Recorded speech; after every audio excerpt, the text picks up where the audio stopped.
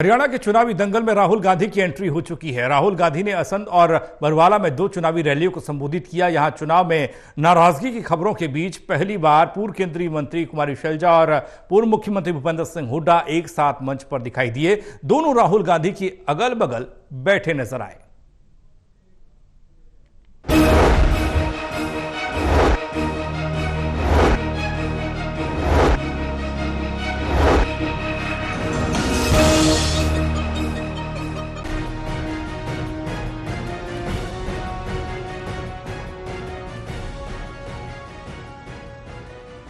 हरियाणा में मतदान से 9 दिन पहले कांग्रेस नेता राहुल गांधी ने चुनाव प्रचार का आगाज किया। उन्होंने असंध विधानसभा क्षेत्र में अपनी पहली रैली की। टिकट बंटवारे के बाद पार्टी में बड़ी नाराजगी के बीच ये पहला मौका था जब कुमारी शैलजा और भूपेंद्र हुड्डा एक मंच पर नजर आए। दोनों नेताओं के बीच में प्रदेश अध्यक्ष उदय भान और राहुल गांधी बैठे रहे।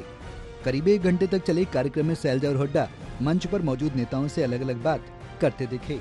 उम्मीदवारों के साथ फोटो सेशन में दोनों राहुल गांधी के अगल बगल नजर आए। अपने भाषण में दोनों नेताओं ने एक दूसरे का नाम लिया, मगर मंच पर उन्होंने बातचीत नहीं की। असम में राहुल गांधी ने कहा कि बीजेपी सरकार में युवाओं को नौकरी नहीं मिली, बिजनेस करना भी मुश्किल है। जातीय जनगणना की मांग दोहराते हुए उन्होंने कहा कि आरएसएस और बीजेपी ने देश की सभी संस्थाओं में अपने लोगों को बैठा रखा है। ओबीसी, एससी और आदिवासी की अनदेखी की गई। ये सच जातीय जनगणना से सामने आएगा। सारी की सारी संस्थाओं को आरएसएस के लोगों के हवाले कर दी है। पूरा कंट्रोल नागपुर का है। उसमें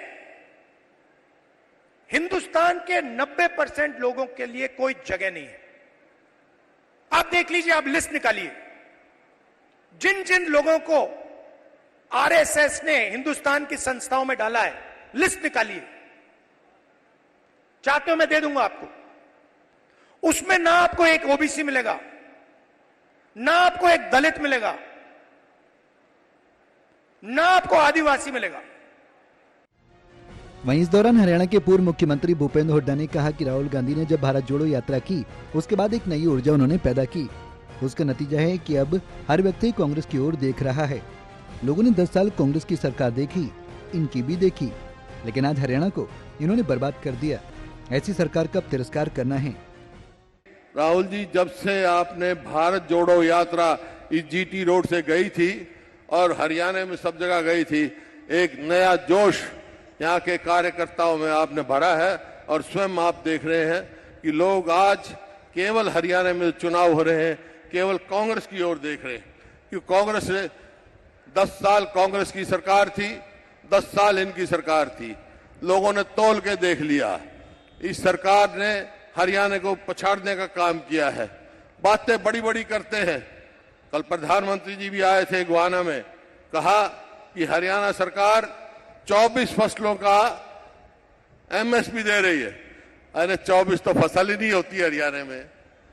जिन फसल कभी हुई ही नहीं हरियाणा में, उनकी भी गिरावट कर रहे हैं। तो ऐसी बात है, सिर्फ घोषणा कर रहे हैं, करते नहीं। एमएसपी की बात करते हैं। वहीं बरवाला में जनसभा को संबोधित करते हुए राहुल गांधी ने कहा कि अग्निवीर स्कीम लाकर जवानों से पेंशन और शहीद का दर्जा छीना गया। राम मंदिर बनाया लेकिन आदिवासियों को नहीं घुसने देते। मोदी जी का चेहरा देखा है, पहले 56 इंच की छाती हुआ करती थी, अब कहते हैं नॉन बायोलॉजिकल हूँ। मेरा भगवान से सीधा रिश्ता है। घबरा गए हैं, तभी उल्टी सीधी बातें बोल रहे हैं। मोदी जी का आपने चेहरा देखा आजकल? देखा है? पहले 56 इंच की छाती हुआ करती थी,